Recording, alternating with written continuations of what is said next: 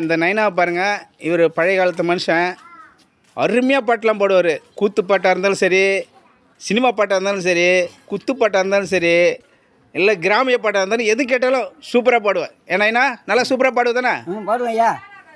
சரி, ஒரு பாட்டு கூத்து பாட்டு ஒன்று பாடுனீண்ணா. திருப்பதி மலை வாழும் வெங்கடேசா எனையாலும் திருத்தணி மலை மீது முருகேசா. நல்லாக்காப்பா? சூப்பராக நைனா. வேற ஒரு சினிமா பாட்டு பண்ணைண்ணா.